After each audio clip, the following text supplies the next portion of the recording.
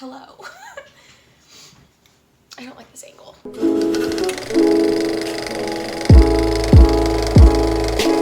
Hello, welcome back to my channel. If you're new here, my name is Mary. I still sound sick because I still am kind of sick. This is going to be my buzzword readathon for January 2023. So January's buzzword is life and death, or buzzwords, I suppose. And I have a TBR that I'm going to go over in a second, but I actually just finished a book that fits into this description that I did not realize was going to. When I picked it up to read, it just was a hold that came in from my library, and that is As Good as Dead by Holly Jackson, which is the third book in the A Good Girl's Guide to Murder series. So I just finished that. It's the last book. I really, really liked it. I did go through a period of time in the middle, I guess second, third, or third quarter maybe, where I was feeling like it was getting kind of frustrating to read just because certain things that were happening. So I'm not going to talk too much in depth about that book. Also, I just finished it, but I think I am going to give it 4 stars, and it made me tear up at the very end, which I was not expecting because I'm not one of those people who's like a super huge fan of this series.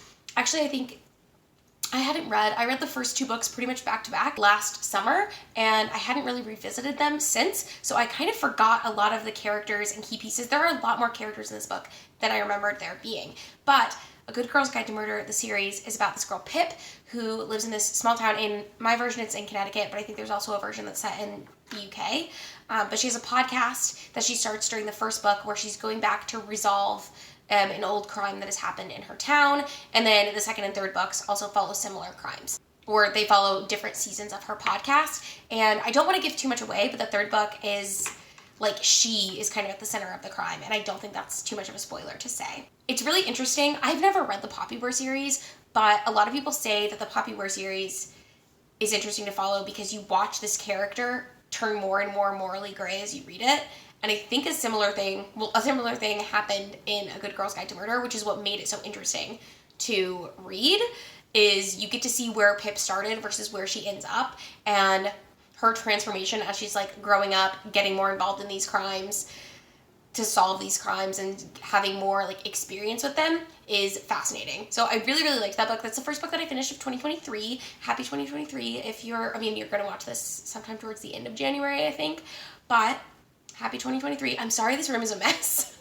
I shouldn't film in here. I've got the camera set up at a certain angle because I'm trying to like set up my spreads so I can film my reading journal video, because I just got my reading journal in today. It's January 2nd, and I've started mapping out what my spreads are going to be, but I hopefully will have like an actual video up of me making my 2023 spreads and my January spreads, so you can see that. I'll link it if it is up, and if I never ended up making it, I'm sorry. I know a lot of things, but I don't know about that. I'm not sure why. I'm going to go over the other things that I'm planning on reading for this readathon. Hold on. I have Club Dead by Charlene Harris, which is the 3rd book in the Subi Stackhouse series. True Blood is based on this series. It's a paranormal romance series. These are pretty short, quick, easy to get through. I think this one's only like 260 pages, so I should be able to read that relatively quickly. I also have Dante Alighieri, His Life and Works by Paget Toynbee, and I found out recently that this book actually was published in like 1900. So I'm going to see, this is like a nonfiction book, obviously, about Dante Alighieri, who wrote Dante's Inferno and also Purgatorio and Paradiso. He was a poet from like the 1500s, I think. But this is like about him as a person, and also about like how he came up with his ideas. I think it's like a historical glance at that. So I'm going to try to read this in like 20-page stretches and hopefully finish this by the end of the vlog, but if I don't finish it by the end of this vlog, I'm not going to be that upset about it, because I said in my TBR this might take me a long time to read, but I do want to take my time and actually read it. So I'm planning on doing like 10, 20 pages a day of this, which I missed yesterday. So I'll try to do like 20 to 40 pages today. I also have on my Kindle The Death of Mrs. Westaway, which is a Ruth Ware book that I still know nothing about, but I think that'll be a really fun book to like read through on my e-reader. I do want to read my e-reader more because my mom got it for me for my birthday a year or 2 ago, and I pretty much hardly use it, which is not great. And then I have Still Lives by Maria Hummel, which is another mystery thriller. But this one I think is more of like a literary thriller, if you will. And I've talked about what this is about a bunch, but it's, I think, about an artist who is supposed to have this gala, and then she doesn't show up for it. And so she's gone missing. And a lot of her art, I want to say, has this like feminist lean about like men in society. I don't really know. and then she never shows up to the gala, and hours and days start to pass after she's gone missing, and people are suspicious of the gallerist, who is the ex-boyfriend of an editor, who I think is going to be like the main character of this book, Maggie something. So I'm excited to read that book. It's been on my TBR multiple times in the past year, and I own it, so I want to get it read. So those are my reading plans for this vlog. Again, I've already finished As Good as Dead, and I'm, pretty pleased with my 4-star rating for my first book of the year. I will let you know how I progress with these, and I will also have B-roll in this vlog as well. So I'll let you know when I have another update.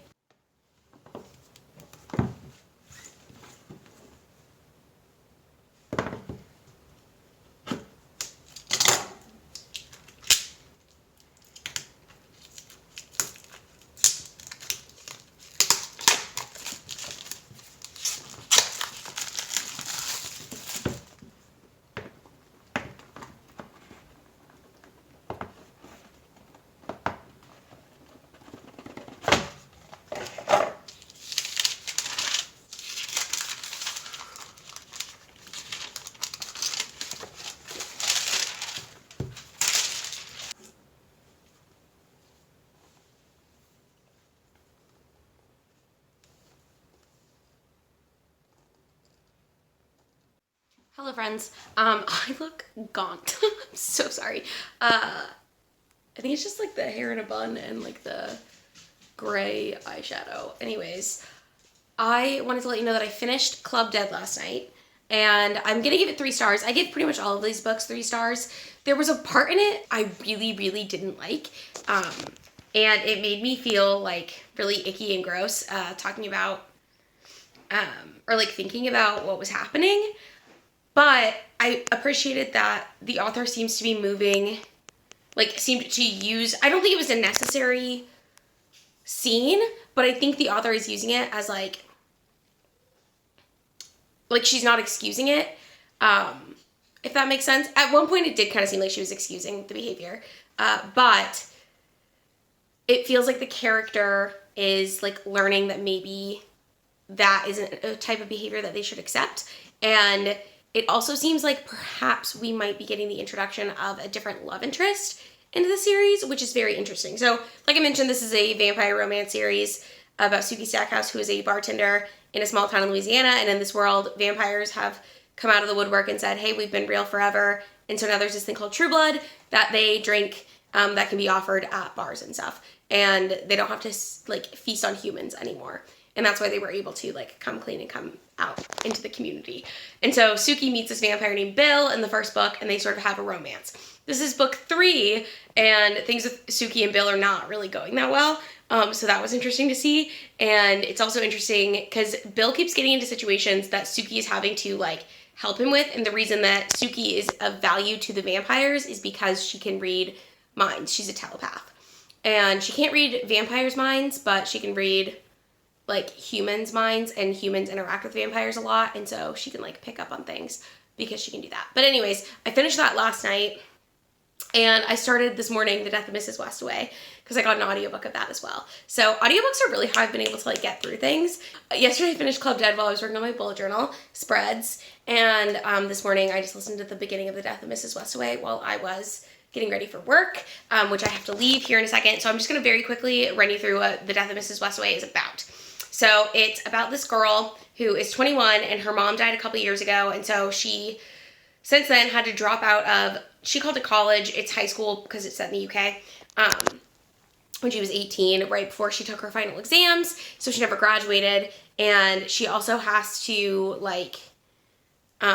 she's responsible for paying all her bills, and so she's really behind on things because her mom didn't have any sort of savings, and her mom used to work as a, not fortune teller, but she used to do tarot readings and palm readings on the pier in Brighton where they live. And so she has since taken up her mom's booth at this pier, and that's what she does. But she got into some trouble with a debt collection agency, but it seems like under the table debt collection, because they mentioned something about not having a signed contract.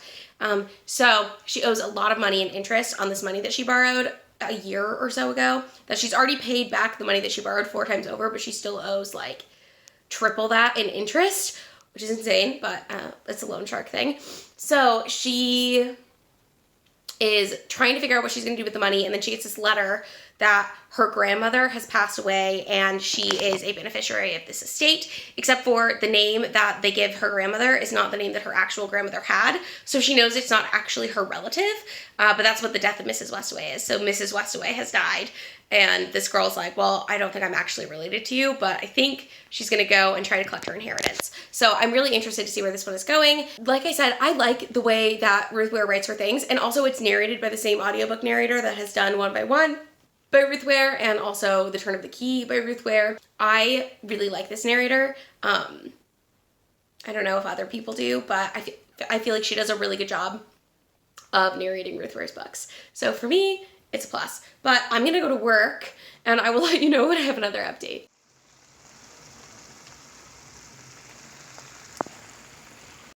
Hi, sorry for this angle and the lighting in here. It's nighttime, but I wanted to show you some of the spreads that I did in my bullet journal because I've decided against doing a January and like setup video, so I thought I'd just pop it in this vlog. This is my cover page for 2023. I went with like a disco ball party theme for the beginning of the year, and I used this silver gel pen, which is really faint on camera unless you get like in the shadows. So you see it's got like silver gel pen and then little like stars. This is just my grid spacing spread. I don't know what I'm going to do with this. I've thought about doing a quote, but I haven't thought of anything to put there yet, so it's empty. My future log, again, you can't see, but there are little stars up here.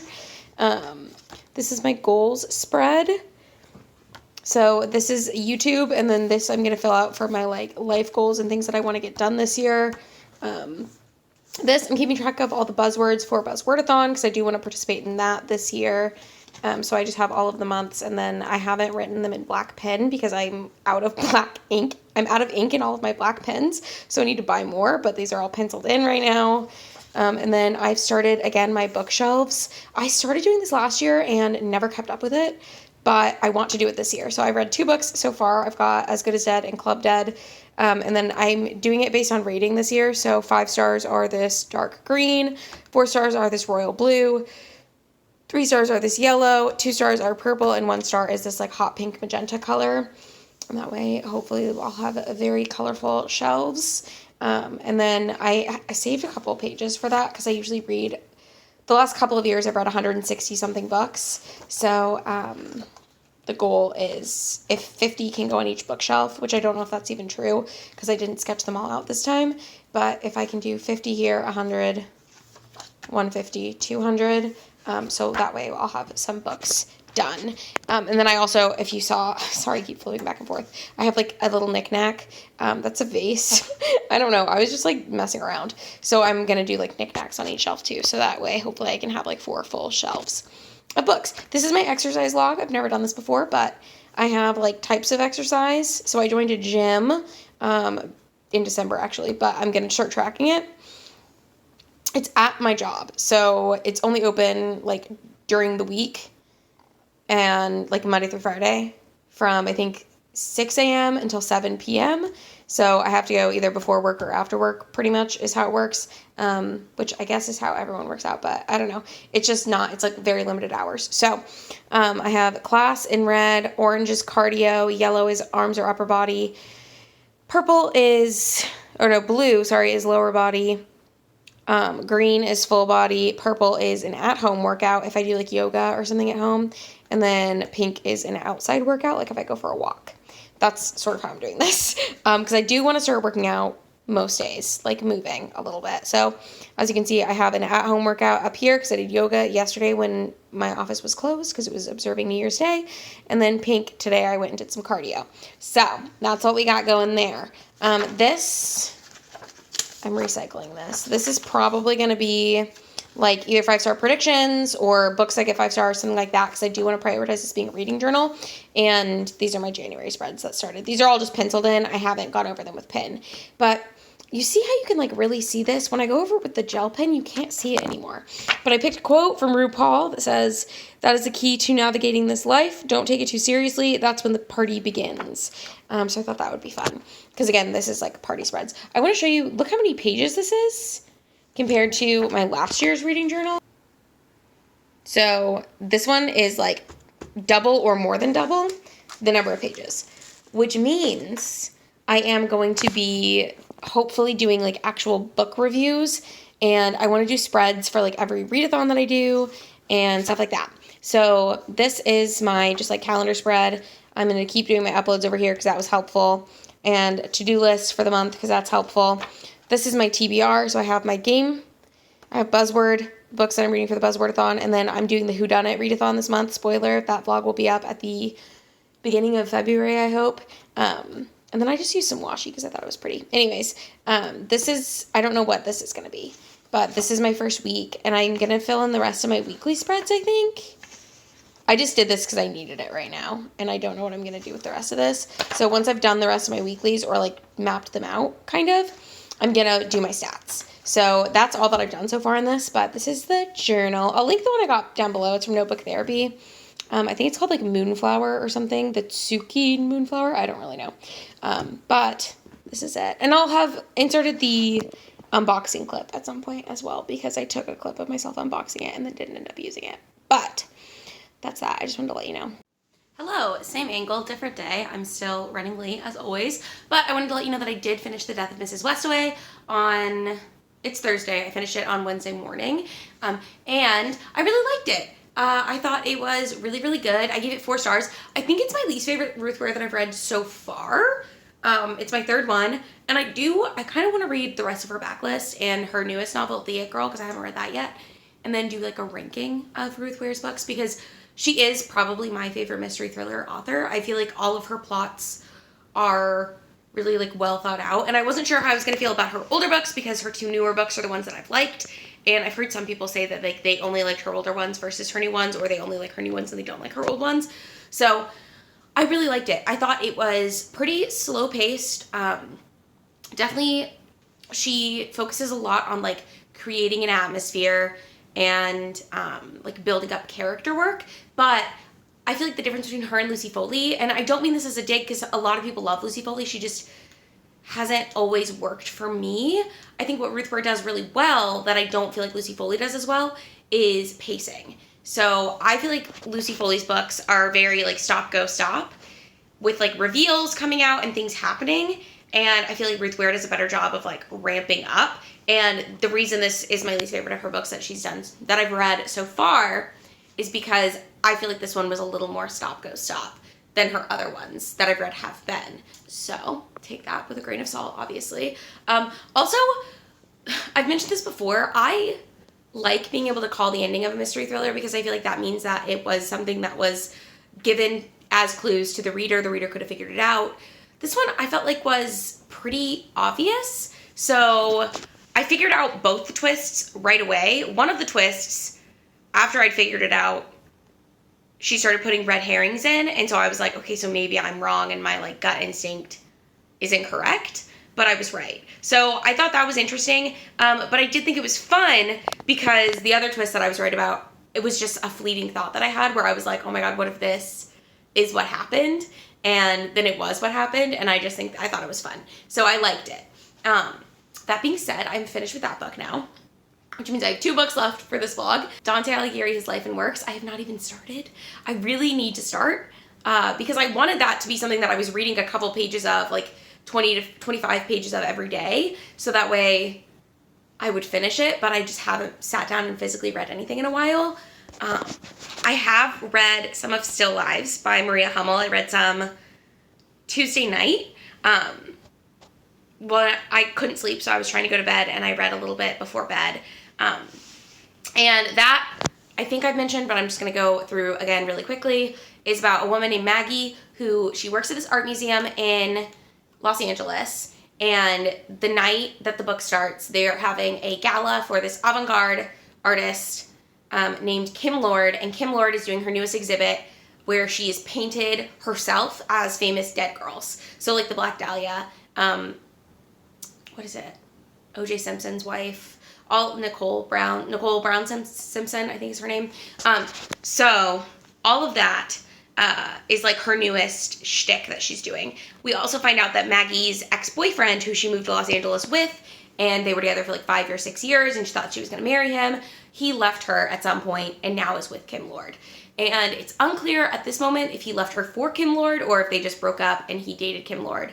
afterwards. I don't really know, but Maggie, the main character, was trying to leave her job where this gala was going to take place before Kim Lord and her ex-boyfriend showed up, because she was like, I don't really want to be around them. Understandable. She didn't have to work the gala.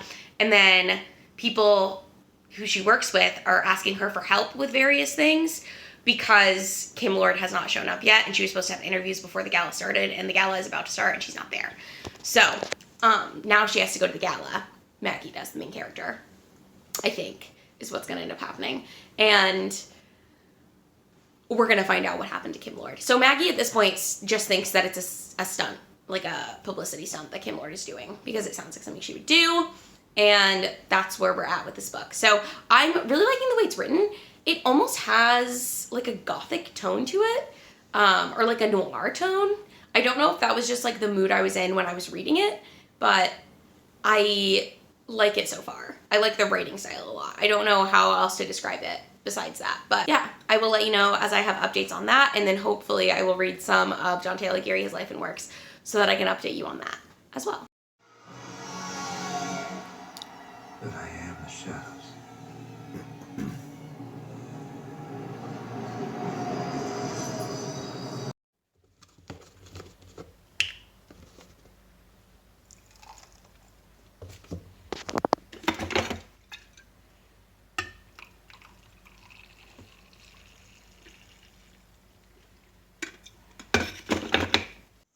Hello. So it is Monday. It's actually MLK Day, which is why I am at home and not at work. But I wanted to update this vlog because I did finish Still Lives yesterday. I actually finished 3 books yesterday, 1 book for another vlog, and then 1 book just that I had left over from December, I'm pretty sure. So yesterday was a really successful reading day for me. But I finished Still Lives by Maria Hummel, and I really enjoyed this book. I gave it 4 stars. I think it was like pretty solid throughout. I will say this is not as like action-packed and high stakes. That's the wrong word. It's not as fast-paced as a lot of thrillers that I think people are used to. And it also doesn't really have the conventional beats that a thriller usually has, because it's much more of a character study of the main character, Maggie. This follows Maggie, who works at this contemporary art museum in LA called The Rock. Maggie moved to LA with her long-term boyfriend, Greg, 5 years ago, 5 years before the start of this book.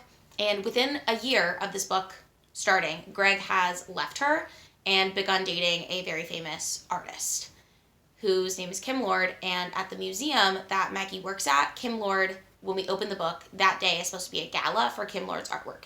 So it's her ex-boyfriend's new, like, girlfriend, lover, whatever, who he left her to be with, whose art show is coming up. And they haven't heard from Kim Lord that day, and she's missed a couple of interviews, and there's just sort of like weird stuff where she's like not getting back to people, but she's texting them telling them she'll be there at this time, but then she's not showing up, and she never shows up to the gala. And people are debating whether or not they think that she is like actually in any danger or trouble, or if it's a publicity stunt. And people at the beginning think it's a publicity stunt. It very clearly comes to light that that is not the case. And Maggie is sort of at the center of this because as like the scorned lover, she's kind of thrust into scrutiny, as well as the fact that Greg has been trying to get alone with her to talk to her about something. And so it seems a little like co-conspiracy-esque. And Maggie is like determined to figure out what has happened to Kim Lord. I should also say, Kim Lord's exhibit that she was having is an exhibit of paintings of famous female murder victims. And the way Kim Lord does her artwork is she paints herself as different things, if that makes sense. So how she started this project was she looked at crime scene photos of these famous murders, dressed herself up as the victims, and then took pictures of herself in these different poses and painted those pictures. That's why she's calling it Still Lives, because a still life is traditionally like an inanimate object, and her argument is that a dead body is inanimate. That is the setup of this book. And as it moves along, it's so much about, like, Maggie dealing with her feelings of Kim Lord, because it comes to light that, like, she and Kim Lord had been friends previously, and she met Kim Lord when she was still, I keep calling her Kim Lord, but that's, like, how she's referred in the whole book. When Maggie was with Greg, they met Kim Lord, and Kim was, like, a friend of theirs, and then, like, the betrayal of him leaving her for this other person. It also goes in depth into, like, I don't know, like, Maggie's from this small town in Vermont, and a lot of her, like, insecurity around not belonging in LA, like, she talks multiple times about how, like, some people are, like, made to be Angelinos, and she doesn't feel like she is, and it, like, talks about different relationships that she has with the different people she works with, because she's got one girl who's, like, a really close friend of hers, another girl who she was kind of friends with at first, but then once the girl who is now her really close friend came to work there, she realized that, like, she was only hanging out with this other girl because there was no one else her age that, like, was similar, with a similar, like, lot in life. But I really enjoyed a lot of things that this book explored. I'm giving it 4 stars and not 5 because, A, it didn't really have as impactful for me of, like, a 5-star book.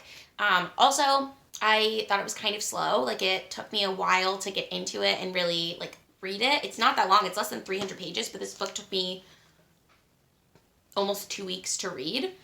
And part of that is because I was reading other things and, like, had other holds that were going to expire sooner. So I had to, like, I had library books that were going to expire that I needed to read, if that makes sense. So I don't know. I really, really enjoyed this book. And I think if it's something that you are interested in, I would recommend picking it up. I think if what I described to you sounds boring, you will think this book is boring, because it doesn't have, like, the innate interest that a lot of mystery thrillers I feel like have. But I really enjoyed this book. And then I have one more book to read for this vlog, which is Dante Alighieri, His Life and Works. I am 53 pages into this book. This book that is 250 pages long. This book, so far, is kind of boring. It's a historical look at Florence at the time that Dante was alive. And there are these, like, 2 groups who aligned either with the emperor of Italy in that whole area. I don't really know that much about this. I'm trying to learn, but it's hard. Or the people who aligned with the Pope. And I don't remember which family Dante was from. To be honest, I thought that was kind of boring. But it does, like, it analyzes that relationship between those 2 different parties in Dante's Inferno, which is interesting, I guess. So I'm not, like, super in love with this book, which I didn't really expect to be, but I am wanting to, like, scooch through. So where I'm at right now is talking about, like, Dante's early life, the woman Beatrice, who he pretty much wrote not for, but he kind of dedicated his Divine Comedy to Beatrice because she had passed, and I think that spurred his, like, obsession with death, if you will. It also goes through his, like, family tree, which was confusing because they all have the same name. Stuff like that always confuses me. I'm like, I don't know what's going on. So, all that to say, I'm going to continue to skim this book.